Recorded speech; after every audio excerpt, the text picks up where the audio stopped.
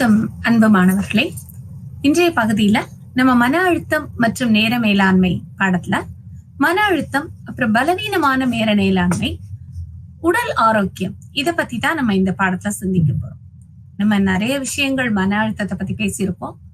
இருந்தாலும் ஒரு ரீகேப் என்ன அப்படின்னா, மன அழுத்தம் அப்படிங்கிறது உடல் ரீதியாகவோ மன ரீதியாகவோ ஏற்படக்கூடிய ஒரு மாற்றம், ஒரு இன்சிடென்ட்னால ஏற்படக்கூடிய ஒரு மாற்றம். இந்த பலவீனமான நேர மேலாண்மை அப்படின்னா என்ன? நம்ம முந்தைய கிளாஸ்ல கூட நம்ம வந்து அதை ஒரு சின்ன அவுட்லைன் மாதிரி கொடுத்தோம். பலவீனமான நேர மேலாண்மை, அந்த பலவீனமான அப்படின்னாலே புவர் டைம் மேனேஜ்மெண்ட்.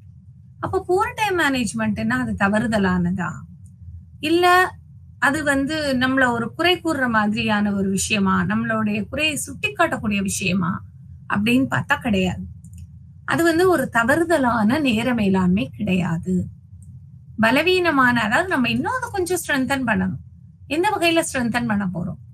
நம்ம எந்த இடத்துல தவறு செய்கிறோம்? இந்த டைம் மேனேஜ்மெண்ட், நேர மேலாண்மையை நிர்வகிக்கும் போது எந்த இடத்தில் நாம் தவறு செய்கிறோம், எந்த இடம் பலவீனமாக உள்ளது, அதை சரி செய்வதுதான் இதோட நோக்கம். இந்த பலவீனமான நேர மேலாண்மையை புரிந்து கொள்ளுதல் அப்படிங்கிறது வந்து மிக முக்கியமான ஒன்று. அந்த பலவீனமான நேர மேலாண்மைங்கிறது தவறான நேர மேலாண்மை கிடையாது. ஒரு நிறுவனத்துடைய நேரத்தை சரிவர புரிதல். இப்ப நம்ம ஒரு ஒர்க்கிங் ஒரு என்விரான்மெண்ட்டுக்குள்ள உள்ள நுழைகிறோம். அந்த அலுவலகத்தினுடைய நேரம் முதல்ல நமக்கு சரியாக தெரிந்து கொள்ள வேண்டும். இல்ல காலை 10 மணி முதல், இல்ல சாயங்காலம் 5 மணி வரைதான், மாலை 5 மணி வரை, இல்ல அவங்க வந்து நம்ம கொஞ்சம் ஓவர் டைம் உண்டு, இந்த மாதிரியான விஷயங்களை தெரிஞ்சுக்கணும். அதுக்கப்புறம் ரிவ்யூ மீட்டிங். ஒரு நிறுவனத்துல வந்து ஒரு கார்பரேட் செக்டாரே எடுத்துக்கிட்டோம். வாரத்துல 5 நாட்கள் வந்து ப்ராஜெக்ட் ப்ரப்போசல்ஸ் இதெல்லாம் ரெடி பண்றாங்க. ஒரு சாஃப்ட்வேர் டெவலப்பிங் ஏஜென்சி, ஒரு சாஃப்ட்வேர் டெவலப்பிங் கம்பெனி. அப்ப ஃப்ரைடே வந்து ஒரு ரிவ்யூ வைக்கிறாங்க அப்படின்னா, எவ்ரி ஃப்ரைடே ரிவ்யூ இருக்குமா? ஒவ்வொரு வெள்ளிக்கிழமையும் அந்த ரிவ்யூ இருக்குமா? அந்த ரிவ்யூவோட நேரம் என்ன? அந்த ரிவ்யூல வந்து என்னென்னலாம் கேட்கப்படும்? நம்ம அந்த ரிவ்யூக்குள்ள இதெல்லாம் முடிச்சிருக்கோமா? அந்த நிறுவனத்துடைய நேரங்கள், இந்த மாதத்துல ஒரு நாள் ரிவ்யூ மீட்டிங் நடக்கும், இல்ல மாதத்துல ஒரு நாள் ரிப்போர்ட் பண்ற மாதிரி இருக்கும். இது மாதிரியான விஷயங்கள் எல்லாம் நம்ம அந்த தகவல்களை வந்து சரிவர புரிந்து கொள்ள வேண்டும். அடுத்தது பார்த்தோம் அப்படின்னா, தன்னை தயார்படுத்துதல். தன்னை தயார்படுத்துதல்ங்கிறது தான் நம்மளோட கையில இருக்கக்கூடிய மிகப்பெரிய ஆயுதம். நம்ம கிட்ட ஒரு புவர் டைம் மேனேஜ்மெண்ட் இருக்கு, என்னால சரிவர நேரங்களை நிர்வகிக்க முடியவில்லை அப்படின்னா, நம்மளை தயார்படுத்திக் கொள்வதன் மூலமாக இந்த பலவீனமான நேர மேலாண்மையில இருந்து வெளியில வரலாம், அதையே பலமாக மாற்றலாம். அப்ப தன்னை தயார்படுத்தும் போது என்ன பண்ணிக்கணும்? நம்ம எந்த இடத்துல தவறு செய்கிறோம் அப்படிங்கிறத முதல்ல புரிஞ்சுக்கணும். எனக்கு கொடுத்திருக்க டாஸ்க், என்னை வந்து இந்த வெள்ளிக்கிழமை வந்து ஒவ்வொரு வெள்ளிக்கிழமையும் நமக்கு வந்து ரிவ்யூ மீட்டிங் இருக்கும் அப்படின்னு நமக்கு தெரியுது.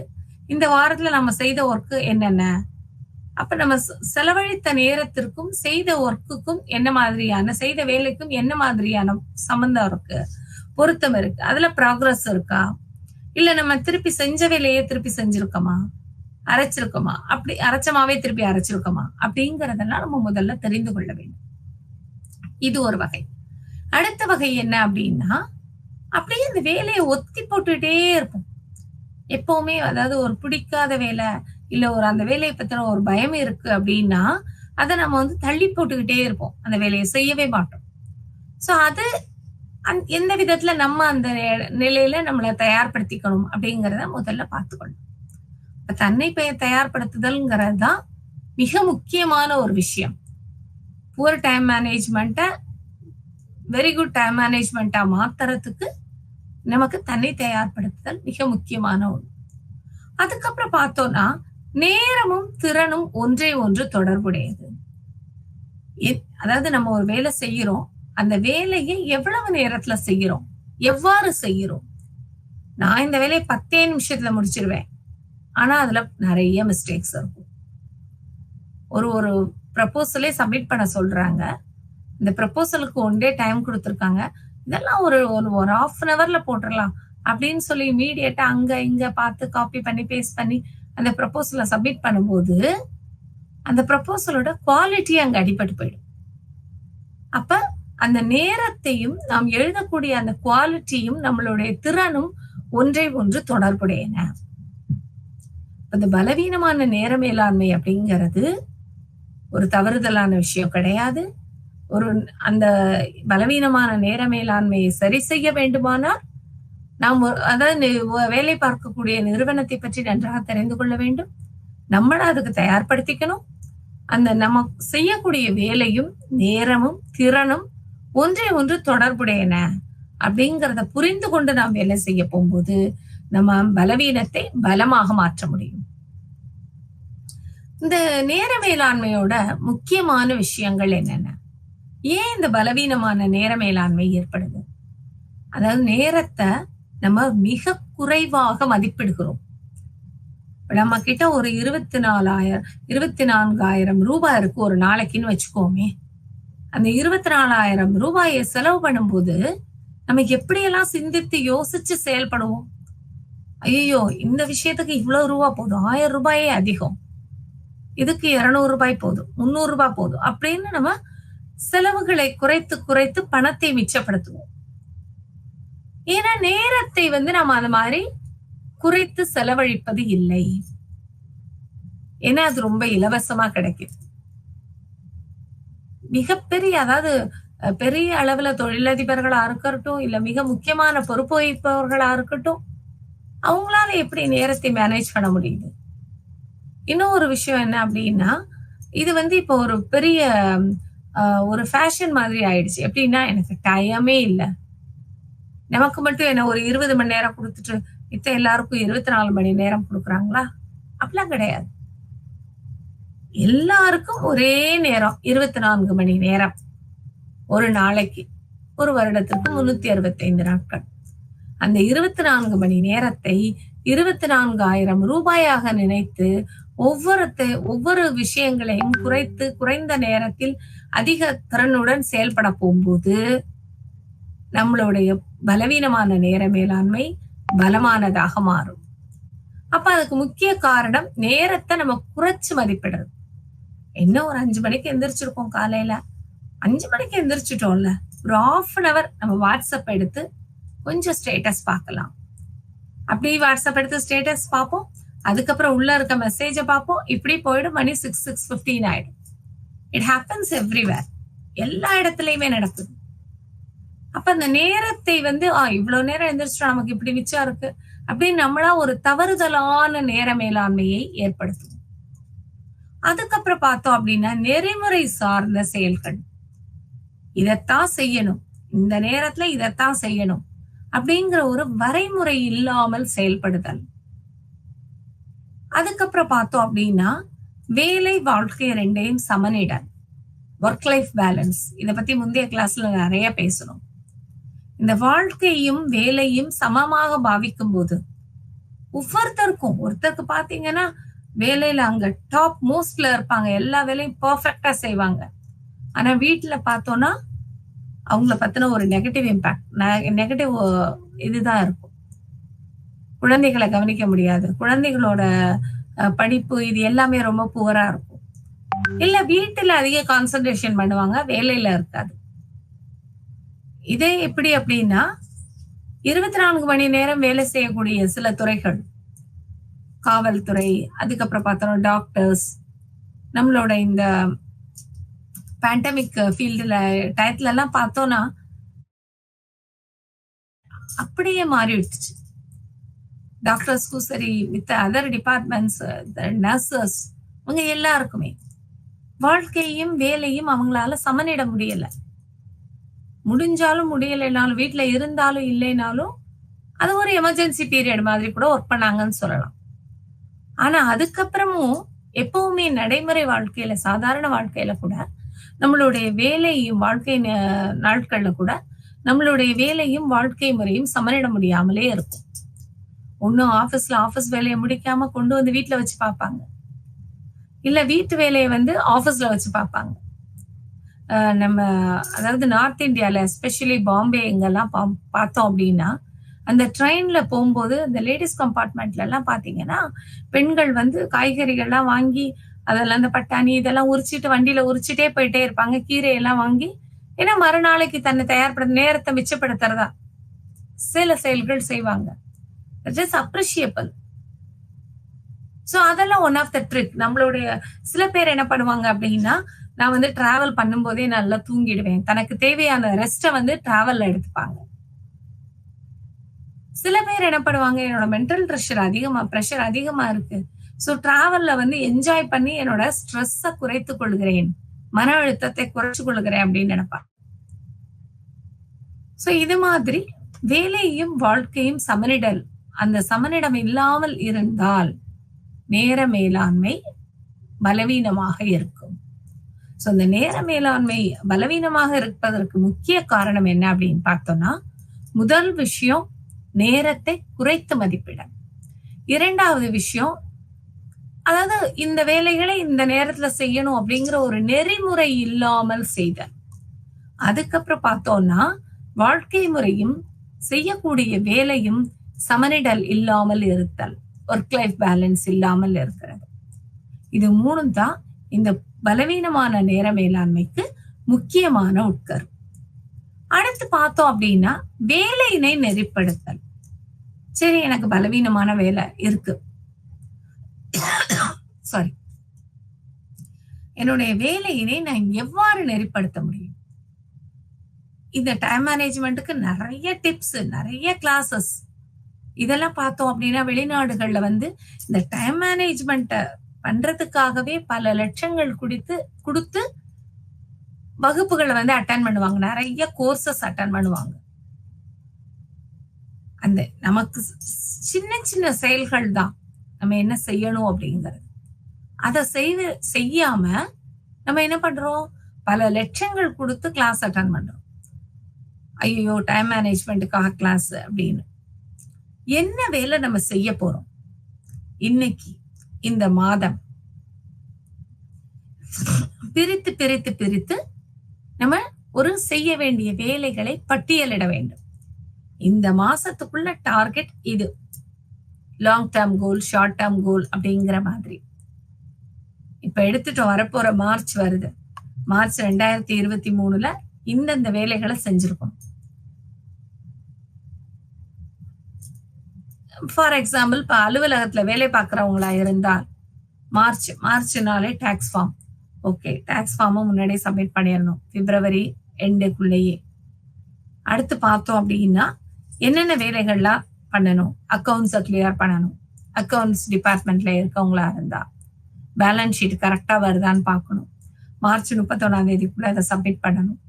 ஸோ எல்லா வவுச்சர்ஸ், எல்லா பில்ஸையும் நம்ம சரி பண்ணமா, பேலன்ஸ் என்னென்ன இருக்கு, ஓப்பனிங் பேலன்ஸ் என்ன வரும், இந்த வேலைகள் எல்லாம் எப்படி முடிக்கணும் அப்படிங்கறத திட்டமிட்டுக்கணும். அந்த திட்டமிட்டதுல இன்னைக்கு செய்ய வேண்டிய வேலை என்ன?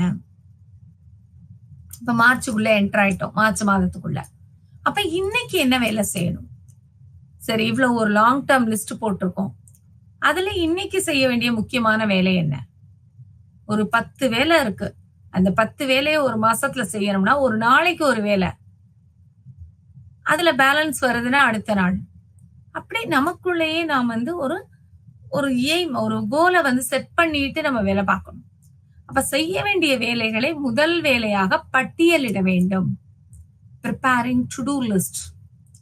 அப்ப பட்டியலிட போகும்போதுதான் நாம் என்னென்ன வேலை செஞ்சிருக்கோம், செய்ய வேண்டி இருக்கு அப்படிங்கிறது தெரியும். அந்த பட்டியலிட்ட வேலையில முதன்மைப்படுத்த வேண்டிய வேலைகளை என்னென்ன அப்படிங்கறத எடுக்கணும். இன்னைக்கு ஆடிட்டர்கிட்ட இந்த ஸ்டேட்மெண்ட்டை சப்மிட் பண்ணணும். இதே மாணவர்களா இருந்தா மார்ச் கடைசிக்குள்ள நமக்கு எக்ஸாம் வருது, தேர்வு எழுதணும். இதுல எந்தெந்த பாடங்கள்லாம் என்ன படிக்கல, இந்த பாடங்கள்ல எது நான் வந்து ரீகால் பண்ண வேண்டியது, 5 யூனிட் இருக்கு, இந்த 5 யூனிட்ல இந்த சப்ஜெக்ட்ல 3 யூனிட் முடிச்சிருக்கேன், இந்த சப்ஜெக்ட்ல 4 முடிச்சிருக்கேன், லிஸ்ட் போட்டுக்க வேண்டியது.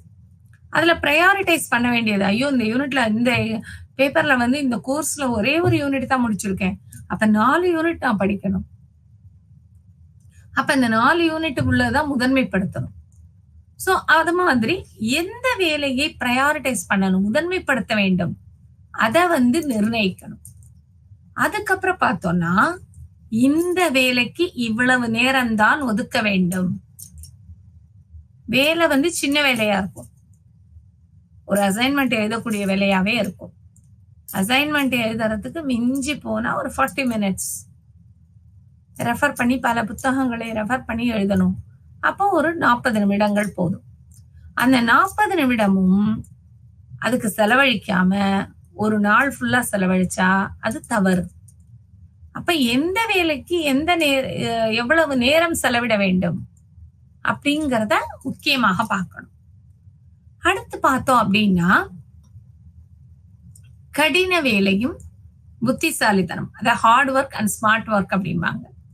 இந்த ஹார்ட் ஒர்க் அப்படின்னா என்னன்னா அதிக நேரத்தை செலவழிச்சு உடலாலையும் மனசாலையும் கஷ்டப்பட்டு சின்சியரா செய்வோம், ரொம்ப சின்சியரா.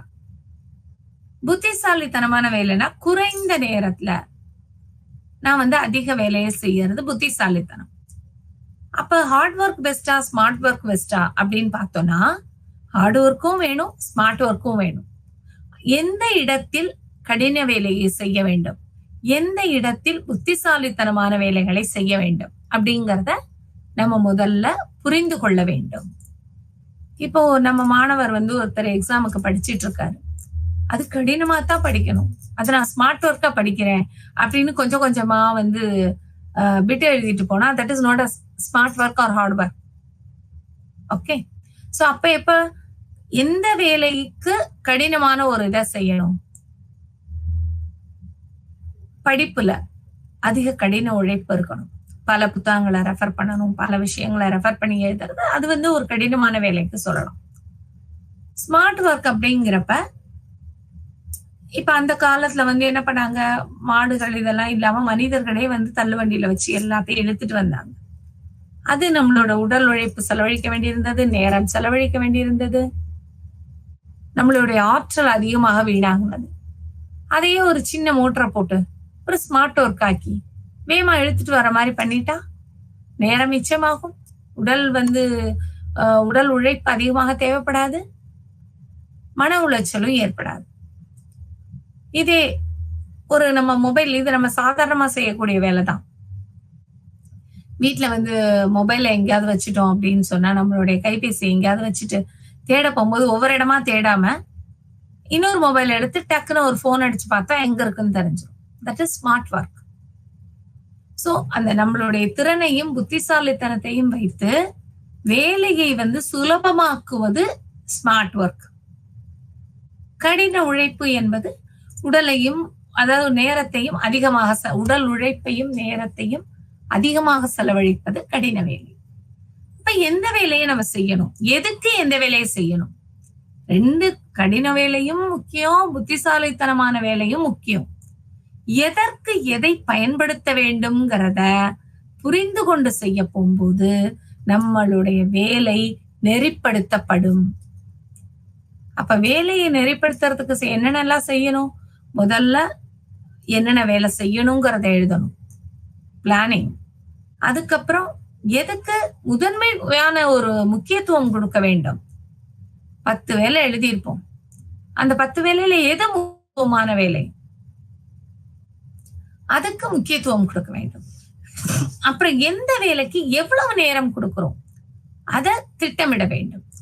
அப்புறம் அந்த வேலை ஹார்ட் ஒர்க்கா முடிக்க முடியுமா, இல்ல ஸ்மார்ட் ஒர்க்கா முடிக்க முடியுமா, கடினமான வேலையா செய்யணுமா இல்ல சுலபமான வேலையா செய்யணுமாங்கிறத தீர்மானிக்கணும். தீர்மானிக்க போகும்போது நம்மளுடைய வேலை முறையாக நெறிப்படுத்தப்படும்.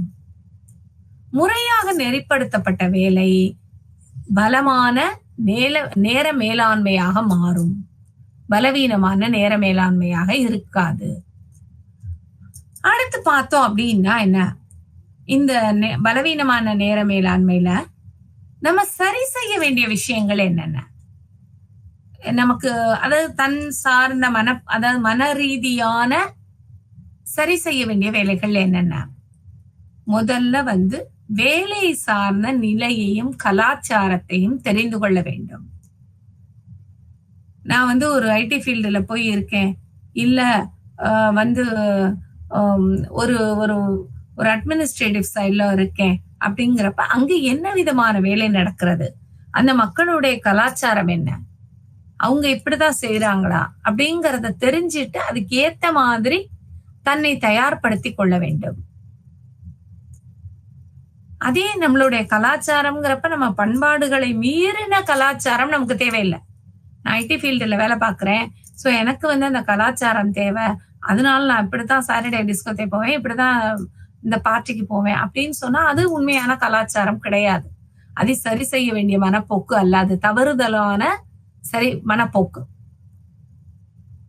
இது எப்படி இருக்கும்னா அந்த சூழ்நிலை சார்ந்த கலாச்சாரத்தை தெரிந்து கொள்ள வேண்டும். ஒரு ஒரு ஃபைல் போகுது அப்படின்னா இவங்க மூலமா இப்படிதான் போகணும், அதனுடைய நெறிமுறை, அங்க உள்ளவங்களோட ஒரு பழக்க வழக்கங்கள், இதை தெரிந்து கொண்டோம்னா நம்ம மனப்போக்குகளை சரி செய்து கொள்ளலாம். அப்புறம் நேரம் தவறுதல், குறிப்பிட்ட நேரத்துல எந்த வேலையும் செய்யாம அப்படி தள்ளி ஒத்தி போட்டு கொண்டே போகுதல், அந்த வேலையை நினைச்சு பயம் அல்லது தன்னுடைய திறனை நினைத்து பயம், இது 2 நாள என்ன செய்வோம் அப்படின்னா அந்த வேலையை வந்து ஒத்தி போட்டு கொண்டே போகும். சோ இது 2மே வந்து நாம் நம்மை சரி செய்து கொள்ள வேண்டிய மனப்போக்குகள். எதுக்காக சரி செய்து கொள்ள வேண்டும்? நம்மளுடைய பலவீனமான நேர மேலாண்மையை பலமான நேர மேலாண்மையாக மாற்றுவதற்கு சரி செய்ய வேண்டிய மனப்போக்குகள். அடுத்து பார்த்தோம் அப்படின்னா பார்க்கின்சன் கோட்பாடு. இந்த பார்க்கின்சன் கோட்பாடு அப்படிங்கிறது நம்ம வேலை செய்யக்கூடிய விதத்துல வந்து மிக முக்கியமான ஒரு தியரி. இந்த தியரி எப்படி வந்தது அப்படின்னு சொன்னா 1955 இந்த எக்கனாமிஸ்ட் அப்படிங்கிற ஒரு இதுக்காக பார்க்கின்சன் எழுதக்கூடிய ஒரு நாவல்ல இருந்து ஒரு சட்டரிக்கல்ஸ் ஒரு தொகுப்பு கதை, அதுல இருந்து ஏற்பட்ட ஒரு கோட்பாடு தான் இந்த பார்க்கின்சன் கோட்பாடு. அதுல என்ன அப்படின்னு சொன்னா ஒரு ப்ரொட்டகனிஸ்ட், ஒரு லேடி வந்து ஒரு பெண் இருப்பாங்க, அவங்கள வந்து ஒரு கார்டு அனுப்புறது தான் அவங்களுக்கு கொடுக்கப்பட்ட ஒரு டாஸ்க். அவங்க கண்ணாடியை தேடுறதுக்கு ஒரு 50 மினிட்ஸ் ஆகும், அந்த கார்டை எழுதுறதுக்கு ஒரு மணி நேரம் ஆகும். நியர்லி வந்து ஒரு 2 மணி நேரத்துல அந்த வேலையை முடிச்சிருக்கணும். பட் இந்த என்டையர் டே வந்து அவங்களுக்கு கொடுக்கப்பட்டது அதுக்காக. சோ அது மூலமாக ஏற்படக்கூடிய ஒரு கோட்பாடு தான் இந்த பார்க்கின்சன் கோட்பாடு. இந்த பார்க்கின்சன் கோட்பாடுல என்னன்னா வேலையை குறித்த நேரத்தில் முழுமையாக்குதல், அதுதான் முக்கியமான விஷயம். ஒரு ப்ரப்போசலை வந்து ஒரு நாள்லயே எழுதி முடிச்சிடலாம், ஆனா ஒரு வாரம் அந்த ப்ரப்போசலுக்கு கொடுத்துருக்காங்க அப்படின்னா அந்த கொடுத்தறதுக்கான ரீசன் அந்த வேலையோட குவாலிட்டி அதிகமாக இருக்க வேண்டும், சிந்தித்து எழுத வேண்டும். சிந்தனை இல்லாம அந்த வேலையை அந்த ஒரு வாரம் திங்கள் முதல் வெள்ளி வரை டைம் கொடுத்துருக்காங்க, வெள்ளிக்கிழமை வந்து நீங்க வந்து அந்த ப்ரப்போசலை சப்மிட் பண்ணணும் அப்படின்னு சொல்ல போகும்போது மண்டே வேண்டாம், 4 நாள் இருக்கு, டியூஸ்டே வேண்டாம், வெனஸ்டே வேண்டாம், தேர்ஸ்டே நோ அதர் கோ, வியாழக்கிழமை எந்த வேலையுமே இல்லை, செய்தே ஆக வேண்டியங்கிற கட்டாயத்துல அந்த வேலையை செய்வோம். அப்ப செய்ய போகும்போது அதனுடைய தரம் வந்து எதிர்பார்த்த அளவு இருக்காது. சோ அப்ப குறிப்பிட்ட நேரத்துல அந்த வேலையை முழுமையாக்குதல் அப்படி என்பதுதான் பார்க்கின்சனோட கோட்பாடு. அதோட இல்லாம நம்ம செய்த வேலையும் அந்த நேரத்தையும் ஒப்பிட்டு பார்க்க வேண்டும். ஒரு வாரம் செலவழிச்சு இந்த ப்ரப்போசல் எழுதியிருக்கோம், இந்த ப்ரப்போசல்ல என்னென்ன மாதிரியான குறிக்கோள்கள்லாம் இருக்கு, இந்த அப்ஜெக்டிவ்ஸ் என்னென்ன, இந்த அப்ஜெக்டிவ்க்கு தகுந்த பிளான் இருக்கா, மெத்தட் ஃபாலோ பண்ணப்பட்டிருக்கா, அதுக்கு தகுந்த அவுட்புட் வருமா, அப்ப ஒவ்வொரு விஷயங்களையும் அனலைஸ் பண்ணணும். அப்ப அந்த கொடுத்திருக்க ஒரு வாரத்துல இவ்வளவுதான் எழுத முடியுது அப்படின்னா அந்த கொடுத்த வேலையும் நேரத்தையும் ஒப்பிட்டு பார்க்க போகும்போது அதனுடைய தரம் பலவீனமாக இருந்தால் அந்த நேரமும் பலவீனமானது. தெளிவில்லாம இருக்கக்கூடிய வேலைகள், நம்ம எழுதுறோம் சொல்றோம் அப்படின்னா அதுல என்ன சொல்ல வர்றோன்னே, அதாவது மிஸ்கம்யூனிகேஷன் அப்படின்னு ரொம்ப அழகா ஆங்கிலத்துல சொல்லுவாங்க, சொல்ல வர்றதை புரிந்து கொள்ள இயலாமை. புரிந்து கொள்ளாம இருக்கிறது. அப்ப தெளிவில்லாம சொல்ல போகும்போதுதான் புரிந்து கொள்ளாமல் இருப்போம். அப்ப தெளிவின்மையா பேசுறதுக்கு காரணம் நேரத்தை சரியான அளவில் செயல்படாமல் இருத்தல், செலவிடாமல் இருத்தல். அதுக்கு முக்கிய காரணம் என்னன்னா, நமக்கு இவ்வளவு நேரம் வாஸ்டா இருக்கு, அப்போ தள்ளி போட்டுட்டே போகலாம் அப்படிங்கிறது தான் அதுக்கு முக்கியமான காரணம். சோ நேரத்தை செலவிடும் விதத்தை பத்தின பார்க்கின்சன் கோட்பாடு தான் நம்ம இப்ப பார்த்தோம். இந்த பார்க்கின்சன் கோட்பாடுல என்ன சொல்றாங்கன்னா, குறிப்பிட்ட நேரத்தில் குறிப்பிட்ட வேலைகளை முழுமையாக முடித்தல், அந்த செய்த வேலையும் நேரத்தையும் ஒப்பிட்டு பார்த்தல், அதனுடைய தரம், நம் செய்த வேலையினுடைய தரம். ஒரு தமிழ் படத்துல கூட சொல்லுவாங்க, ஒரே ஒரு போன் கால்ல அந்த நடிகர் அந்த பொருட்கள்லாம் இறங்கிடுச்சா, எவ்வளவு இறங்கி இருக்கு, எவ்வளவு ரூபாய் கொடுக்கணும் அப்படின்னு ஒரே கால்ல கேட்டுருவார். பட் அந்த இன்னொரு ஒரு காமெடியன் ஒரு 4 தடவை கால் பண்ணி கேட்பார். சோ அந்த தந்தை, அந்த ஹீரோவினுடைய தந்தை 2 பேரையும் ஒப்பிட்டு பார்ப்பார். சோ நீ ஒரே விஷயம் ஒரே நேரத்துல இவ்வளவையும் கிராஸ் பண்ணி சொன்னா, நீ ஒவ்வொன்னுக்கும் டைம் எடுத்துட்டு செஞ்ச அப்படின்னு ஒப்பிடுவாங்க. சோ நாம் செய்த வேலையும் அந்த நேரத்தையும் தெளிவாக செய்ய வேண்டும். செய்யக்கூடிய வேலை எவ்வளவு நேரத்துல செய்யறோம், எந்த அளவு தெளிவா செய்யறோம் அப்படிங்கறத ஒப்பிட்டு பார்க்கணும்.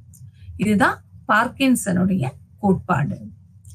அடுத்து பார்த்தோம் அப்படின்னா, ஏன் இந்த நேர மேலாண்மை ஒரு தவறுதலான ஒரு விஷயமாக, பலவீனமான ஒரு விஷயமாக அமைகிறது? அதுக்கு எவ்வாறு திட்டமிட வேண்டும், என்னென்னலாம் அதோட பலவீனங்கள் அப்படின்னு பார்த்தோம்னா, போதுமான திட்டமிடாமை, கரெக்டாக பிளான் பண்ணாதது. இப்ப நம்மளே ஒரு ஊருக்கு போறோம், புதிதாக ஒரு ஊருக்கு போறோம், புதிதாக சென்னை எடுத்துக்கோமே, சென்னைக்கு புதிதாக ஒருத்தர் போகிறார். அப்ப அவருக்கு சென்னையில எங்க போகணும், எங்க இறங்கணும், எந்த இடத்துக்கு போகணும் அப்படின்னு எதுவுமே தெரியாது. நான் சென்னையில ஆவடிக்கு போகணும் அப்படின்னு நினைக்கிறார். அப்ப ஆவடிக்கு என்னென்ன ரூட்டு, எங்க இறங்கணும், நம்ம போற ட்ரெயின் எந்த இடத்துல இறங்கும், நிற்கும், அங்க இருந்து எப்படி போகணும் அப்படின்னு பொதுவாக திட்டமிடாமல் அந்த பயணத்தை தொடர்ந்தால் அந்த பயணம் என்னவாகும், ஒரு பலவீனமான பயணமாக அமையும், ஒரு தரமற்ற பயணமாக அமையும். அந்த பயணத்தினால எந்த ஒரு வேலையும் முழுமையடைந்திருக்காது.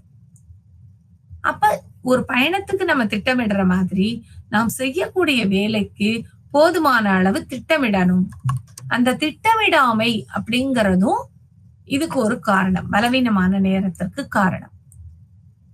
மதிப்பிடாமை, அந்த வேலையோட மதிப்பை, அதோட வேல்யூ. நான் இப்ப ஒரு ப்ரப்போசல் சப்மிட் பண்றேன் அப்படின்னா, இந்த ப்ரப்போசலோட மதிப்பு என்ன, இந்த ப்ரப்போசல் என்ன, இந்த கம்பெனிக்கு இவ்வளவு வருவாயை ஈட்டி தரும், அந்த வருவாய் மூலமா நமக்கு ஒரு இன்சென்டிவ் வரும், அந்த கம்பெனிக்கு இவ்வளவு லாபம், இதெல்லாம் குறித்து மதிப்பிடாமல் இந்த ப்ரப்போசல் எழுத சொல்லியிருக்காங்க, ஒரு வாரம் அலசி ஆராய்ந்து செய்யாமல் அந்த ஒரு வாரத்துல நம்ம ஏனோ தானோன்னு முடிச்சு கொடுப்போம் அப்படின்னு ஒரு போதுமான ஒரு மதிப்பிடாமல் ஒரு வேலையை செய்தேன். மாணவர்களே எழுதுறாங்கன்னு வச்சுக்கோங்களேன், ஒரு 10th எழுதுறான் ஒரு பையன். இப்ப 10th தான் அவனுக்கு ஒரு டேர்னிங் பாயிண்ட் லைஃப்ல. முதல் முறையாக பொது தேர்வு எழுதுறான். அப்ப அந்த பொது தேர்வோட மதிப்பு என்னன்னே தெரியாம, ஏன் இதுல மார்க் எடுக்கணும்னே தெரியாம ஏனோ தானோன்னு படிச்சா அவனுடைய லைஃப் எந்த அளவு இருக்கும், கல்வி போதுமான அளவு இருக்குமா? சோ அப்ப அதோட வேல்யூவை தெரிஞ்சு அதுக்கு மதிப்பிடணும். அந்த பலவீனமான அமைப்பு மேலாண்மை, அதாவது நம்ம செய்யக்கூடிய செயல்கள்லயே அந்த தரம் பலவீனமாக இருத்தல். அதுக்கப்புறம் பார்த்தோம் அப்படின்னா, நேரத்தை வீணடிப்பவைகள், சேமிப்பவைகள். நான் ஒரு வேலை செய்யறேன், இந்த வேலையில எதெல்லாம் டைம் வேஸ்ட் பண்ணுவோம். இப்போ ஒரு 200 டேட்டா அடிக்கணும், ஒரு கம்பெனியோட ஸ்டாஃபோட டீட்டெயில் இதெல்லாம் அடிக்கணும். இதுல நேரத்தை வீணடிப்பவைகள் என்னென்ன, இதை உட்கார்ந்து ஒவ்வொரு செக்ஷனா கேட்டு அடிச்சு பண்ணாம டைரக்டா பினான்ஸ் செக்ஷன்ல ஓகே இவ்வளவு, ஏன்னா அவங்கதான் சேலரி போடுவாங்க, அப்ப சேலரி போடுறப்ப அவங்களுக்கு வந்து யார் யாரு எந்தெந்த செக்ஷன் என்னென்ன வகை அப்படிங்கறது தெரிஞ்சிருக்கும். சோ அந்த லிஸ்ட ஈஸியா அங்க இருந்து நம்ம வாங்கிடலாம். இது இல்லாம நான் ஒவ்வொருத்தரையா எழுதுறேன், பேரை விசாரிக்கிறேன், செக்ஷன்ல இருந்து வாங்குறேன் அப்படின்னு ஒரு லிஸ்ட் நம்ம தயாரிக்க போகும்போது அது நேரம் வீணாகும். அது ஹார்ட் ஒர்க்காக இருக்கும், ஸ்மார்ட் ஒர்க்காக இருக்காது. சோ நேரத்தை வீணடிப்பவைகள் எவையவை, நேரத்தை சேமிப்பவை எவையவை அப்படிங்கறத நம்ம அண்டர்ஸ்டாண்ட் பண்ணிக்கணும். அப்ப திட்டமிட போகும்போது எதெல்லாம் பலவீனமாக இருக்கும்னா, போதுமான திட்டமிடாமல் இருக்கிறது, அந்த ஒர்க்கோட வேல்யூ தெரியாம இருக்கிறது, பலவீனமான அமைப்பு மேலாண்மை அதோட தரம் வந்து இல்லாம இருக்கிறது, எதுல நம்ம நேரத்தை வீணடிப்போம், எதுல நேரத்தை வீணடிக்க மாட்டோம் அப்படின்னு தெரியாம இருக்கிறது. இதெல்லாம் தான் நம்ம பலவீனமான திட்ட அமைப்புக்கு முக்கிய காரணமாக இருப்பவைகள். இதுவரை நம்ம என்ன பார்த்தோம் அப்படின்னா, ஒரு பலவீனமான நேர மேலாண்மைனா என்ன, அது அதுல இருந்து நம்ம எப்படி வெளியில வரலாம், அதுல உள்ள தவறுகள் என்னென்ன அப்படின்னு பார்த்தோம். இப்ப அடுத்த யூனிட் என்ன அப்படின்னு பார்த்தோம்னா, மன அழுத்தமும் ஆரோக்கியமும். ஆரோக்கியம் அப்படிங்கிறது ஒரு மிக முக்கியமான ஒரு விஷயம். ஆரோக்கியம் இல்லாம நம்ம என்ன பண்ணவே முடியாது. திருமூலர் கூட என்ன சொல்றார், உடல் வளர்த்தேன் உயிரை வளர்த்தேனே அப்படிங்கிறார்.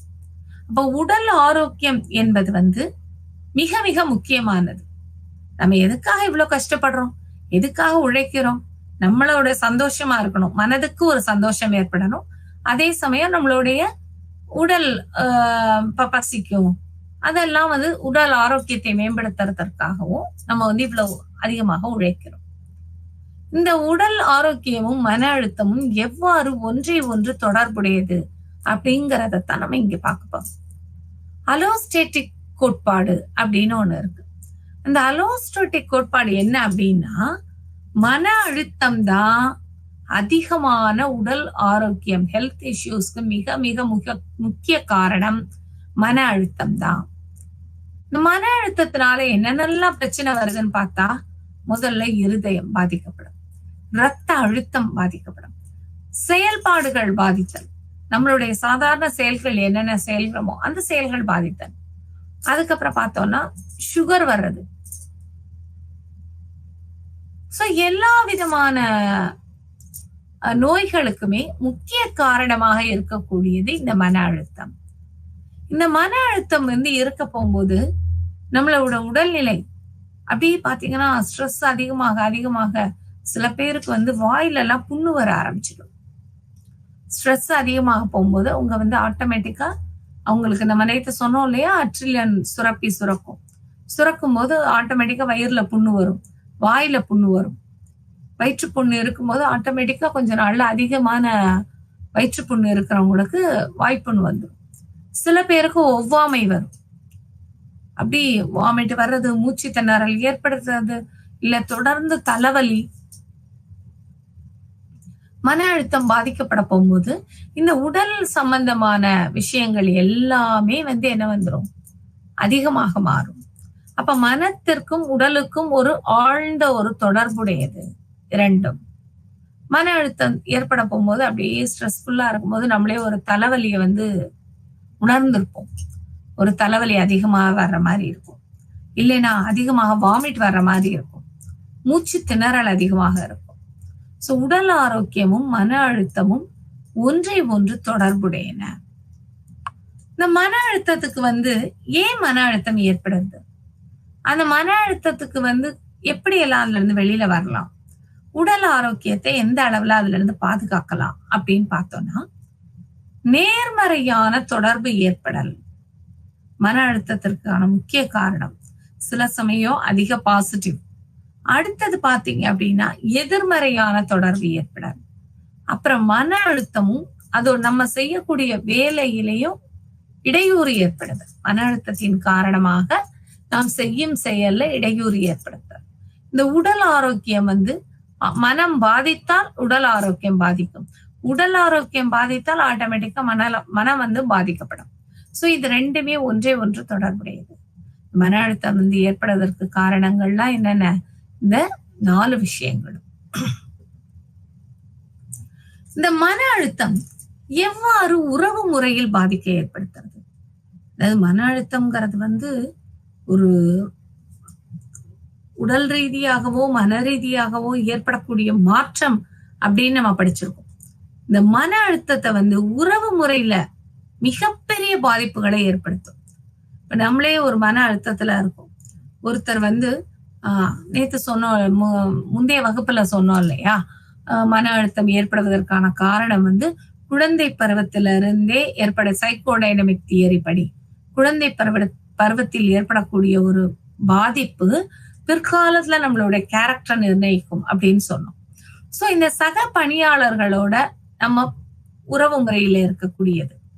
இப்ப நம்ம வீட்டுல குழந்தை பருவத்துல நம்ம வளர்ந்த சூழ்நிலை எவ்வாறு இருக்கும்? நல்லா சகஜமாக சிரிச்சு பேசி எல்லாரோடய சிரிச்சு பேசுற மாதிரியான ஒரு சூழ்நிலையில வளர்ந்திருப்போம். இதே நம்ம வேலை பார்க்க இடத்துல போய் சக பணியாளர்களிடமும் எந்தவித அதாவது சிந்தனையும் இல்லாம யோசிக்காம நம்ம வீட்டுல நடந்துட்ட மாதிரியே அங்க போய் நடந்தோம் அப்படின்னா அது உறவு முறைகளுக்குள்ள ஒரு விரிசலை ஏற்படுத்தும். நான் வீட்டுல கண்டிப்பா பேசுற மாதிரியே ஆபீஸ்லயும் போய் கண்டிப்பா பேசினேன். கண்டிப்பாக பேசணும். எந்த இடத்துல கண்டிப்பா பேசணுமோ அதுக்கு கண்டிப்பா பேசணும். ஒரு சகஜ நிலை இல்லாமல் நான் பேச போகும்போது சக பணியாளர்களிடம் உள்ள உறவு முறை விரிசல் ஏற்படும். இந்த உறவு முறை விரிசல் ஏற்பட்டா என்ன ஆகும்? இவன் என்ன சொல்றது, நம்ம என்ன கேட்கறது அப்படிங்கிற மாதிரியான மனப்போக்கு அதிகமாகிவிடும். நம்மளிடம் நமக்கு கீழே உள்ள பணியாளர்களாக இருந்தாலும் சரி, நமக்கு மேலே உள்ள பணியாளர்களாக இருந்தாலும் சரி, அப்ப அந்த உறவு முறையில பாதிப்பு ஏற்படுவதற்கு மன பாதிப்பு மிக முக்கிய பங்கு வகிக்கிறது. ரெண்டாவது விஷயம் என்ன அப்படின்னு சொல்லி பார்த்தானா, சக பணியாளர்களை வச்சு அவங்களுடைய அந்த செல்ஃப் எஸ்டீம், சுயமரியாதை, இதெல்லாம் அவங்கள்ட்ட இருக்கு, நம்ம கிட்ட இல்ல அப்படின்னு ஒரு இன்ஃபீரியாரிட்டி காம்ப்ளெக்ஸ் வரப்போகும்போது நமக்கு என்ன ஆகும்? மன அழுத்தம் அதிகமாக வரும். சில பேர் பிசிக்கல் அப்பியரன்ஸை வச்சு ஒரு சுய இரக்கம் கொள்வாங்க. நான் இப்படி இருக்கேன் அப்படி இருக்கேன், அவங்களால அப்படி இல்லை, எனக்கு நோய் இருக்கு, சுய பச்சாதாபத்தை எதிர்பார்ப்பாங்க. சோ இந்த மன அழுத்தத்துக்கு இதெல்லாம் தான் காரணம். சக பணியாளர்களுடைய பங்கு. நம்ம அவங்க கிட்ட எப்படி பிஹேவ் பண்றோம், அவங்க நம்ம கிட்ட எவ்வாறு நடந்து கொள்கிறார்கள், இத ரெண்டையும் புரிந்து கொள்ள வேண்டும். அகலாது அணுகாது தீக்காய்வார் போல் அப்படின்னு சொல்லுவாங்க. நெருப்பு கிட்ட ரொம்ப பக்கத்துல போயிட்டனாலும் சுற்றும், ரொம்ப விலகி இருந்தாலும் குளிரும். சோ ஒரு குறிப்பிட்ட எல்லையில இருந்து அந்த நெருப்புடைய வெப்பத்தை நம்ம அனுபவிச்சுக்கணும் அப்படின்னு சொல்லுவாங்க. சோ அதே மாதிரி பணியாளர்களிடம் ஒரு உயர்நிலையில இருக்கவங்களா இருந்தாலும் சரி, இல்ல தனக்கு கீழே உள்ள வேலை பார்க்கிறவங்களா இருந்தாலும் சரி, அவங்களுக்கு இடையே உள்ள ஒரு உறவு முறை அப்படிங்கிறது எப்படி இருக்கும்னா ஒரு காந்த புலம் மாதிரி தான். ரொம்ப நெருங்கினா ஒட்டிட்டுரும், ரொம்ப விலகுனா பிச்சிட்டு போயிடும். சோ அதை ஒரு குறிப்பிட்ட எல்லையில் வைத்து நாம் மன அழுத்தத்தை குறைத்து அவர்களுடைய உறவு முறையை தக்க வைத்துக் கொள்ள வேண்டும். ஏன் உறவு முறையை தக்க வச்சுக்கணும்? அதுக்கு என்ன காரணம்? நம்ம வேலை நமக்கு கீழே வேலை பாக்குறாங்க, இல்ல நமக்கு மேல வேலை பாக்குறாங்க, அவங்க என்ன வேலை சொல்றாங்களோ அதை நம்ம செய்ய போறோம். இல்ல நமக்கு கீழே வேலை பாக்குறவங்க கிட்ட நான் இந்த வேலையை செய்யுன்னு சொன்னா சொல்ல போறாங்க. அவங்களுக்கும் நமக்குமான உறவு என்ன? அந்த ரிலேஷன்ஷிப், அவங்கள்ட்ட எல்லாம் எதுக்கு உறவு வச்சுக்கணும் அப்படின்னு நினைச்சா நாம் பணியில் முழுமையடைய முடியாது, பணியை சக்சஸ்ஃபுல்லா முடிக்க முடியாது. இந்த உறவு முறையும் உடல் பாதிப்புமே ஒன்றை ஒன்று தொடர்புடையன. நம்ம எல்லாருடைய ஒரு சக பணியாளர்களோட சண்டை போட்டோம், அப்ப நம்மளோட அதையே நினைச்சு நினைச்சு நினைச்சு நினைச்சு பாதிப்பு அதிகமாகும். பாதிப்பு அதிகமாக போகும்போது நமக்கு ஒரு வாமிட்டிங் சென்சேஷன் வரலாம், இல்ல தலைவலி வரலாம், இல்ல ரத்த அழுத்தம் அதிகமாகலாம். சோ இந்த உடல் பாதிப்புக்கு மிக மிக முக்கிய காரணம் என்ன அப்படின்னு சொல்லி பார்த்தோம்னா உறவு முறை, சக பணியாளர்களிடம் கொண்டுள்ள உறவு முறை. அந்த உறவு முறை எப்படி இருக்கணும் அப்படின்னு பார்த்தோம்னா, சரியான அளவுல கண்டிக்க வேண்டிய நேரத்துல கண்டிச்சு அவங்கள்ட்ட வேலையை வாங்கணும். உறவு கொள்ள வேண்டிய நேரத்துல உறவு கொண்டு அவங்கள்ட்ட என்ன பண்ணணும், நம்ம அந்த கார்டியல் ரிலேஷன்ஷிப்பை மெயின்டைன் பண்ணிக்கணும். சோ இதெல்லாம் தான் மிக முக்கியமான காரணம். மன அழுத்தம் எவ்வாறு உடல் பாதிப்புக்கு ஆளாக்குகிறது? உடல் சார்ந்த இடையூறுகள். இந்த உடல் சார்ந்த இடையூறும் நம்மள என்ன பண்ணும், வேலைய சரியா செய்ய விடாது. இப்ப நீ காலையில இருந்தே நான் வேலை பார்த்துட்டு இருக்கும் போதே எனக்கு ஒரு வயிற்றுல ஒரு சின்ன வலி இருந்துட்டே இருக்கு. இந்த வலி அதிகமாக அதிகமாக என்னால வேலையில கவனம் செலுத்த முடியாது. அந்த வேலையில கவனம் செலுத்த முடியாதப்பதான் சக பணியாளர்களோட உறவு முறை நமக்கு கை கொடுக்கும். என்னால இந்த வேலையை செய்ய முடியல, இதை நான் சப்மிட் பண்ணணும், எனக்கு கொஞ்சம் சப்போர்ட் பண்றீங்களா? சோ நாம் சரியான உறவு முறையில் இருந்தப்ப நாம் உடல் சார்ந்த இடையூறுகள் வந்தாலும் என்ன நடக்கும், நமக்கு வேலை நல்லா நடக்கும். சோ அந்த புரிந்து கொள்ளுதலும் விட்டு கொடுத்தலும் உள்ள மனப்பாங்கு இருக்க போகும்போது நம் வேலை பார்க்க இடத்துல நமக்கு சரியான உறவு முறை இருக்கும். அந்த சரியான உறவு முறையை வளர்த்து கொள்வதற்கு முதல்ல என்ன இருக்கக்கூடாது அப்படின்னா, ஈகோ இருக்கக்கூடாது. அந்த ஈகோ இருந்தால் உறவு முறை சரியா இருக்காது. உறவு முறை சரியா இல்லைன்னா உடல் சார்ந்த இடையூறுகள் வரும், உடல் பாதிப்பு ஏற்படும், சக பணியாளர்களிடம் நற்பெயர் சம்பாதிக்க முடியாது, வேலையும் முழுமையடையாது. சோ இது ஒரு மன அழுத்தமும் உடல் ஆரோக்கியமும் ஒன்றை ஒன்று மிக மிக தொடர்புடையது. இந்த மன அழுத்தத்தினால என்ன நடக்கும் அப்படின்னு பார்த்தோம்னா, சைக்கோ இம்னோலாகி அப்படின்ற ஒரு நரம்பு, அதாவது ஒரு ஒரு நோய், அது நரம்பு நோய். அதாவது என்ன பண்ணும் அப்படின்னா, நரம்பு மூலமா நம்மளுடைய செயல்திறனை குறைக்கும். நரம்பில் ஏற்படக்கூடிய ஒரு விஷயம், மன ரீதியான பாதிப்பினால நரம்பில் ஏற்படக்கூடிய ஒரு குறைபாடு. இந்த குறைபாடு ஏற்படுறப்ப என்ன ஆகும், நம்ம சின்னதா ஒரு டென்ஷன் ஆனா கூட ஆட்டோமேட்டிக்கா கை கால்லாம் நடுங்க ஆரம்பிக்கும். கை கால் நடுங்க ஆரம்பிக்கும் போது நம்மளால என்ன பண்ண முடியாது, உடல் சார்ந்த இடையூறு அதிகமாகும், நம்மளால் வேலையில கவனம் செலுத்த முடியாது. அப்ப வேலையில கவனம் செலுத்தணும் அப்படின்னா நாம் மனநிலையை நன்றாக வைத்துக் கொள்ள வேண்டும். அடுத்த விஷயம் என்ன பாதிப்பு ஏற்படும் அப்படின்னா, நோய் எதிர்ப்பு சக்தி அதிகமாக குறையும். ஸ்ட்ரெஸ் அதிகம் உள்ளவங்களுக்கே பார்த்தோம் அப்படின்னா நோய் எதிர்ப்பு சக்தி குறைவா இருக்கும். இந்த நோய் எதிர்ப்பு சக்தியை நோய் எதிர்ப்பு சக்தி குறையும் போது ஆட்டோமேட்டிக்கா எல்லா விதமான நோய்களும் நமக்குள் ஏற்படும். இந்த எல்லா விதமான நோய்களும் ஏற்பட போகும்போது நாம் வேலையில் கவனம் செலுத்த முடியாது. ஒரு பணி முழுமையடையணும், திருப்தி அடையணும், இல்ல சக்சஸ்ஃபுல்லா போகணும் அப்படின்னா நம்மளுடைய உறவு முறை, மன அழுத்தம், சக பணியாளர்களுடன் இருக்கக்கூடிய ஒரு உறவு முறை மிக மிக முக்கியம். மன அழுத்தமும் முக்கியம். உடல் ஆரோக்கியம், இந்த உடல் ஆரோக்கியத்தை இந்த மன அழுத்தம் எவ்வாறெல்லாம் பாதிக்கிறது? ரொம்ப ஸ்ட்ரெஸ்ஃபுல்லா இருக்காங்க இந்த சக பணியாளர்கள், ஒருத்தர் நம்ம கூட வேலை பார்க்கிறவரே இருக்காரு, அவரு ஏதோ ஒரு உறவு முறை பாதிச்சதுல, ஏதோ ஒரு விஷயம் நம்ம தவறுதலா சொன்னதுலயோ இல்ல அவர் தவறுதலா புரிந்து கொண்டதுலயோ அவரு வீட்டுல நடக்கக்கூடிய ஒரு விஷயத்துக்கு நம்மளை கூப்பிடலன்னு வச்சுக்கோமே, அப்ப நமக்கு ஒரு பாதிப்பு, மன பாதிப்பு எப்படி இருக்கும்? நம்மள கூப்பிடல அப்படிங்கிற ஒரு மன பாதிப்பு அதிகமாகும். அந்த மன பாதிப்பு, மன அழுத்தம் அதிகமாக அதிகமாக நம்ம என்ன செய்வோம், அவரை பத்தின ஒரு தவறான விஷயங்களை அப்படி பேச ஆரம்பிப்போம். எல்லார்கிட்டையும் பேசி அவரை பத்தின ஒரு தவறான அபிப்பிராயத்தை ஏற்படுத்தணும்னு நினைச்சுக்கிட்டு இருப்போம். ஆனா நம்மளை பத்தின ஒரு தவறான அபிப்பிராயத்தை எல்லாரிடமும் நாமளே கொண்டு போவோம். அப்ப கொண்டு போகும்போது நம்மளுடைய உடல், அதாவது உறவு முறை பாதிக்கப்படும். இவன் இவ்வளவு இப்படி எல்லார பத்தியும் குறை சொல்லிட்டே இருக்காங்க அப்படின்னு நம்மளுக்கும் மற்ற பணியாளர்களுக்கும் உள்ள உறவு முறை பாதிக்கும். இத சில பேர் தான் என்ன பண்ணுவாங்க, ரொம்ப என்ஜாய் பண்ணி தூண்டி விட்டு, அப்படியா, உன்னைய கூப்பிடலையா, உனக்கு பத்திரிக்கை கொடுக்கலையா, தாம் தூம் நடந்தது அப்படின்னு ஏத்தி விடுற மாதிரி சில பேர் பேசுவாங்க. ஆனா உண்மையான விஷயம் என்ன நடக்கும் அப்படின்னா, என்டையரா உறவு முறை பாதிக்கும். அந்த உறவு முறை பாதிக்க போகும்போது உடல் பாதிப்பு ஆட்டோமேட்டிக்கா வந்துடும்.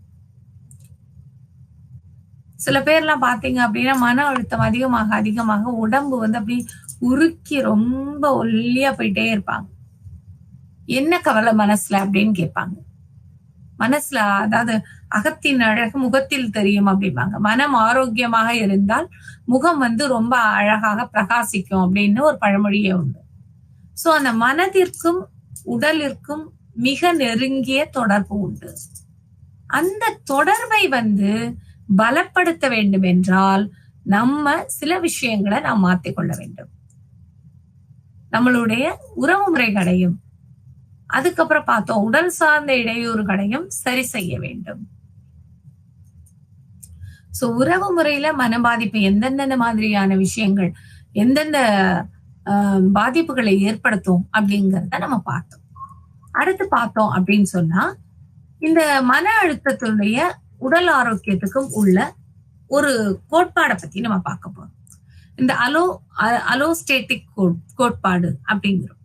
இந்த அலோஸ்டேட்டிக் கோட்பாடு வந்து மன அழுத்தத்தை எவ்வாறு விளக்குகிறது அப்படின்னு சொல்லி பார்த்தோம்னா, உடல் மனம் இரண்டும் வந்து ஒன்றை ஒன்று, அதாவது ஒரு காயினுடைய ஒரு இரண்டு பக்கங்களை போன்றது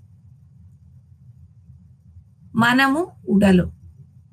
அப்ப அந்த இரண்டு பக்கங்கள்ல ரெண்டுமே ஒன்றாக இருந்தால் மட்டுமே அந்த காயினுக்கு மதிப்பு. ரெண்டு வேற வேறையா இருந்ததுன்னா, இல்ல ஒண்ணு சரியில்லாம இருந்ததுன்னா அந்த காயின் வந்து செல்லாத காயின் ஆயிடும். ஒரு ரூபா காயினே இருக்கு.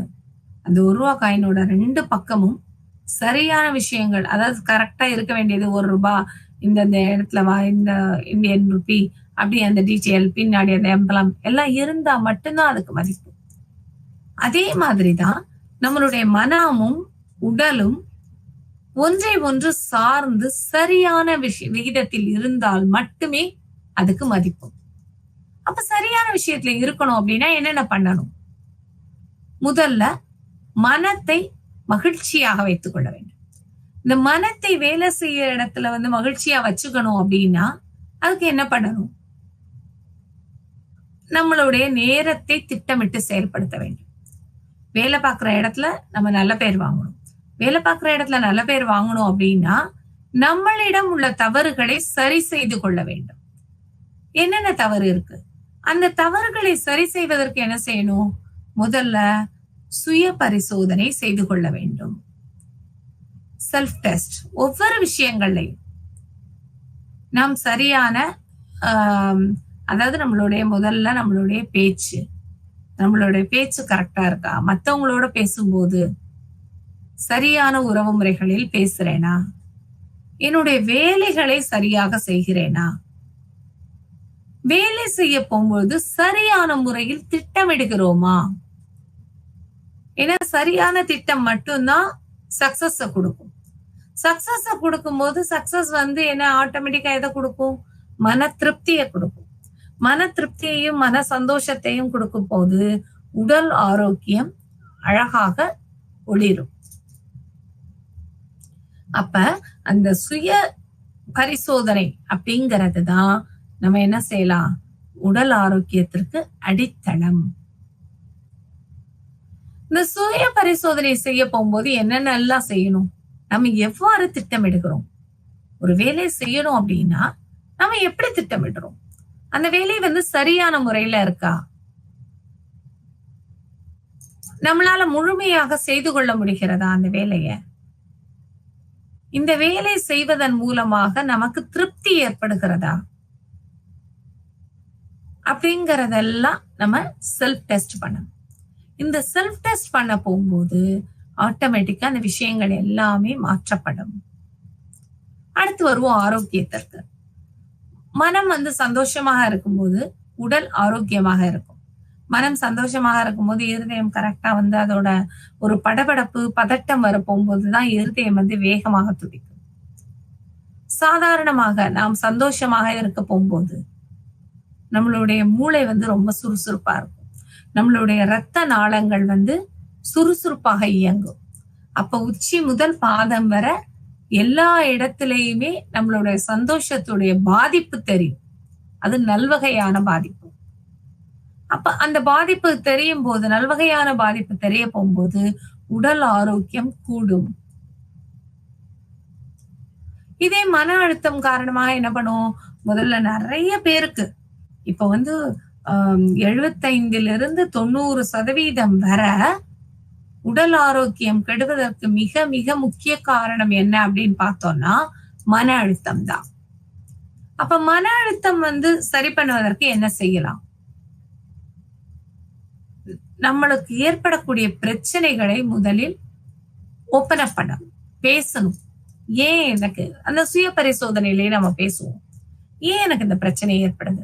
இந்த பிரச்சனைக்கு அடித்தள காரணம் என்ன? அதை எப்படி எல்லாம் நாம் சரி செய்யலாம்? ஒருத்தர் இருக்காரு கம்பெனில, அதாவது அடுத்த பொசிஷன், அடுத்த ஹையர் போஸ்டுக்கு அவர் தான் பேனல்ல இருக்காரு. அவரோட நேம் தான் இருக்கு. எல்லா வேலையும் கரெக்டா செய்யறாரு. ஆனா என்ன, அவருக்கு அந்த ப்ரமோஷன் கொடுக்கப்படல. அப்ப ஆட்டோமேட்டிக்கா ஒரு மன அழுத்தம் வந்துடும்.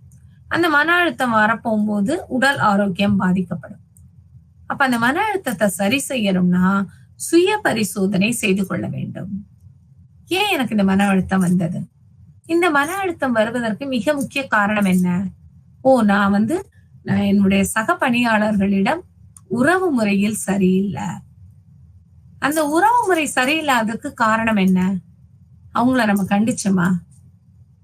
கண்டிச்சதுனால உறவு முறை சரியில்லையா? இல்ல நான் சரியான நேரத்திற்கு திட்டமிடாமல் வேலை செய்யாம இருந்துட்டு மத்தவங்களுக்கு அதை நான் சொல்றேனா, திட்டமிட்டு வேலை செய்யுங்க, இல்ல நீங்க சரியா வாங்க அப்படின்னு சொல்றேனா? என்ன காரணம் அப்படிங்கறத சுய பரிசோதனை செய்து கொள்ள வேண்டும். அந்த சுய பரிசோதனை செய்ய போகும்போது ஆட்டோமேட்டிக்கா அவருக்கு என்ன தோணும்? நான் டயத்துக்கு இந்த வேலையை முடிக்கல.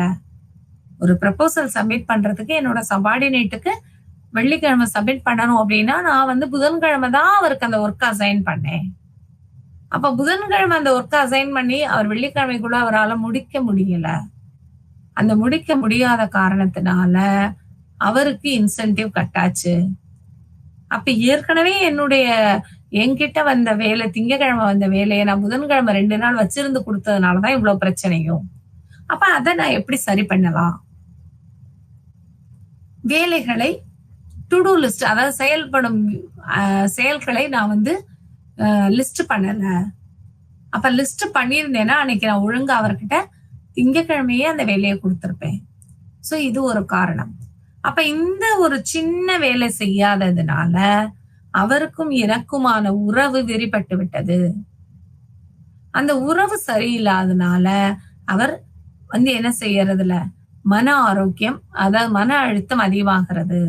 இந்த மன அழுத்தம் அதிகமானதுனால எனக்கு இந்த வேலை சரியா செய்யாததுனால எனக்கு ஹையர் பொசிஷன் கொடுக்கல, உயர் பதவி கொடுக்கல. அந்த உயர் பதவி கொடுத்ததுனால மன அழுத்தம் வந்தது. இந்த மன அழுத்தம் என்னுடைய உடல் ஆரோக்கியத்தை பாதிப்படைய செய்கிறது. சோ இது எல்லாமே ஒரு சைக்கிள், ஒரு வட்டம், ஒன்றுடன் ஒன்று தொடர்புடையது. அப்ப அந்த ஒன்றுடன் ஒன்று தொடர்புடைய விஷயங்களை நம்ம சரி செய்ய போகும்போதுதான் மன அழுத்தத்திலிருந்து நம்ம வெளிப்பட்டு ஆரோக்கியத்தை நாம் மேம்படுத்த முடியும். இந்த உடல்நிலை சில பேருக்கு எப்படி இருக்கும் அப்படின்னா, இமீடியட்டான ஒரு உடனடியான ஒரு வெளிப்பாடை ஏற்படுத்தும் மன அழுத்தம். சில பேருக்கு பார்த்தோம் அப்படின்னா இந்த மன அழுத்தம் எதிர்காலத்தில் மிகப்பெரிய பாதிப்புகளை ஏற்படுத்தும். எதிர்காலத்துல என்னென்ன பாதிப்பை ஏற்படுத்தும் அப்படின்னு பார்த்தோம்னா, இப்ப ரொம்ப என்ன பண்ணுவாங்க, ஸ்ட்ரெஸ்னால வேலைப்பளு அதிகமாயிடுச்சு. வேலைப்பளு அதிகமானதுனால மன அழுத்தம் அதிகமாயிடுச்சு. இந்த மன அழுத்தம் அதிகமாக நான் என் வேலையை சரிவர செய்யவில்லை, சரியான நேரத்துல சாப்பிடல. அப்ப குறிப்பிட்ட காலம் தொடர்ந்து சாப்பிடாமலே இருந்தா, சரியான நேரத்துல சாப்பிடாம இருந்தா அவங்க உடல்நிலை எதிர்காலத்தில் ஒரு வயிற்றுப்புண்ல கொண்டு போய் விடும். ஒரு அல்சர் வந்துடும். சில பேருக்கு என்ன ஆகும் அப்படின்னா சுகர் வந்துடும். ரத்த அழுத்தம், இன்சுலின் சரியாக சுரக்காது. இன்சுலின் சரியாக, மன அழுத்தத்தினால இன்சுலின் சரியாக சுரக்காது. சுரக்காம இருக்கும்போது அவங்களுக்கு என்ன ஆகும்? ஆட்டோமேட்டிக்கா சுகர் வந்துடும். சோ இந்த மன அழுத்தமும் உடல் நிலையும் உடல் ஆரோக்கியமும் ஒன்றை ஒன்று சார்ந்து பிணைந்துள்ளது.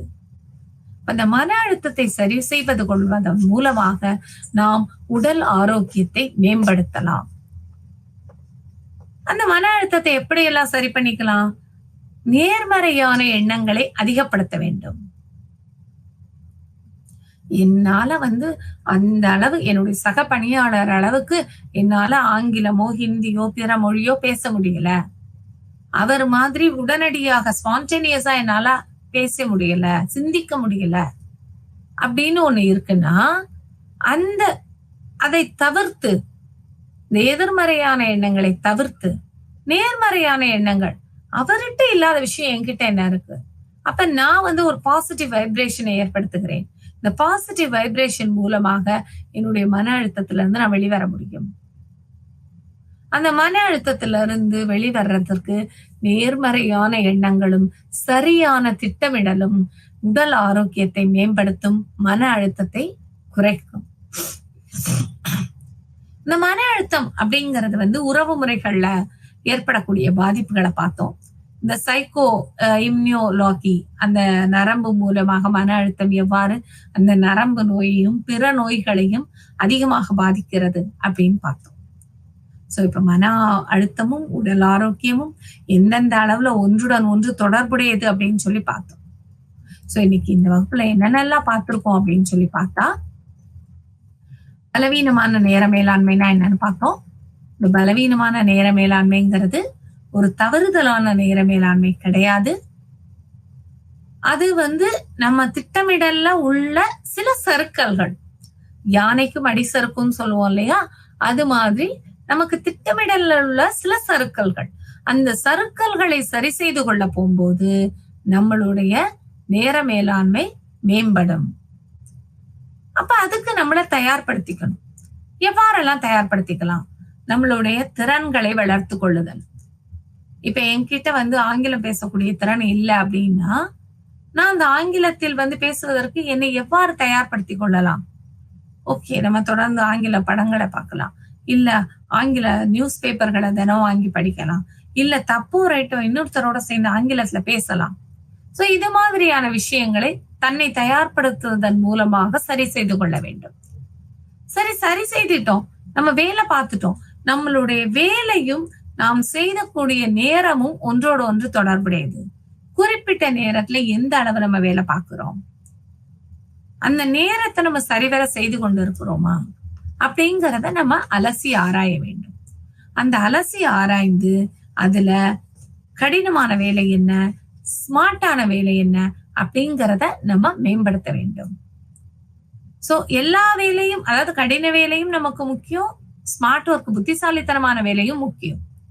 இந்த ரெண்டு வேலையும் எதை எந்த இடத்தில் செய்ய வேண்டும்? புத்திசாலித்தனமான வேலை எந்த இடத்துல செய்யணும்? நான் இப்ப சில பேர்லாம் பாத்தீங்கன்னா, நான் இவ்வளவு நேரத்துல 1 மணி நேரத்துல செய்ய வேண்டிய வேலையை 10 நிமிஷத்துல முடிச்சுட்டேன் அப்படின்னு சொல்லுவாங்க.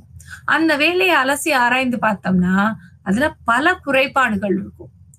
சோ அதுக்கு காரணம் என்ன அப்படின்னா, நெறிமுறை சார்ந்த செயல்கள் நாம் செய்வதில்லை. நேரத்தை குறைத்து மதிப்பிட்டு அந்த வேலைகளை சரிவர செய்யாத அதுக்கு ஒரு காரணம்.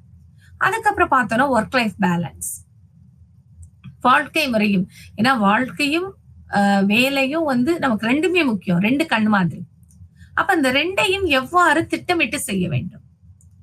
சோ இப்ப நேர மேலாண்மை அப்படிங்கறத பார்த்தோம்னா, நேர மேலாண்மையை சரிவர செய்து விட்டோம் என்றால் நம்மளுடைய மன ஆரோக்கியம் அதிகப்படும். மனோ ஆரோக்கியம் அதிகமாக இருந்தால் உடல் ஆரோக்கியம் மேம்படும். இதத்தான் இந்த பார்க்கின்சன் கோட்பாடுல சொல்றோம். எவ்வாறு வேலை செய்ய வேண்டும், இந்த வேலை செய்யக்கூடிய திறன் எவ்வாறு இருக்க வேண்டும். இந்த பார்க்கின்சன் கோட்பாடுல குறித்த வேலைகளை குறித்த நேரத்தில் முழுமையாக்குதல், அந்த கோட்பாடை நம்ம மேற்கொண்டோமானால் நம்ம என்ன செய்யலாம்? நேர மேலாண்மையை சரியான வகையில் பயன்படுத்தி மன ஆரோக்கியத்தையும் உடல் ஆரோக்கியத்தையும் மேம்படுத்திக் கொள்ளலாம். இந்த உடல் ஆரோக்கியத்தை மன ஆரோக்கியத்தை மேம்படுத்திக் கொள்வதற்கு நமக்கு என்னென்னலாம் தேவை அப்படின்னா, நாம் வேலை பார்க்கக்கூடிய இடத்துல சக பணியாளர்களுடைய உறவு முறையை மேம்படுத்த வேண்டும். அந்த உறவு முறையை மேம்படுத்தும் போது நம் உடல் சார்ந்த இடையூறுகளை தவிர்த்து விடுவோம். சோ இன்றைய வகுப்பில் நாம் இதை பார்த்தோம். மன அழுத்தத்தையும் உடல் ஆரோக்கியத்தையும் பார்த்தோம். அடுத்த வகுப்பில் மீண்டும் சந்திப்போம். நன்றி.